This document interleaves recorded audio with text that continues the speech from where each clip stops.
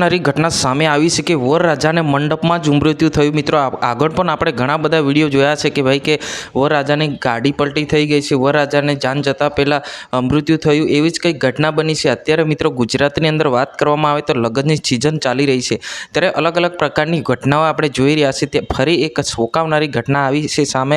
નમસ્કાર, હું શૈલેષ ભીલ, તમે જોઈ રહ્યા છો ઈકે ચેનલ। ફટાફટ આપણી ચેનલને સબસ્ક્રાઈબ કરીને લાઇક કરી નાખજો। મિત્રો તમને ખબર છે કે ગુજરાતભરની માહિતી જે છે આજે ચેનલ પર તમને પ્રોવાઈડ અમે કરી રહ્યા છે। ફટાફટ ચેનલને સબસ્ક્રાઈબ કરીને તમામ વોટ્સએપ ગ્રુપમાં શેર કરવાનું ભૂલતા નહીં। મિત્રો આગળ આપણે ઘણી બધી એવી વિડીયો જોઈ હતી કે ભાઈ વરરાજાનું મૃત્યુ થયું, વરરાજાનું જાન જતાં પહેલાં આવું થયું, ફલાણું ઢીકણું। તો ફરી એક ચોંકાવનારી ઘટના સામે આવી છે। આ ઘટના છે જૂનાગઢથી સામે આવી છે।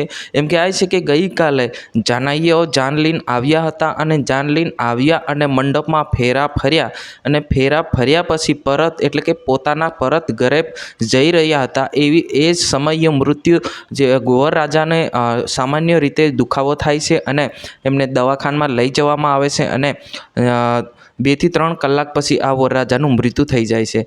મિત્રો આ તો દુઃખ જ ઘટના આપણે કહી શકીએ છીએ કે ભગવાન આવી સજા કેમ આપતા હશે કે ભાઈ ખરેખર, કેમ કે આ જે ઘટના છે દુઃખ જ ઘટના આપણે કહી શકીએ છીએ। ભાઈ લગ્ન એટલે પરિવારની ખુશી એ એક જ મિનિટની અંદર બદલાઈ જતી હોય છે કે આપણે ઘણા બધા વિડીયો જોયા છે। ફરી એક ચોંકાવનારી ઘટના એટલે કે આ જે ઘટના જે બની છે ગઈકાલ લગભગ 10 વાગ્યાના ગાળામાં બની હોવાના સમાચાર આપણને મળી રહ્યા છે।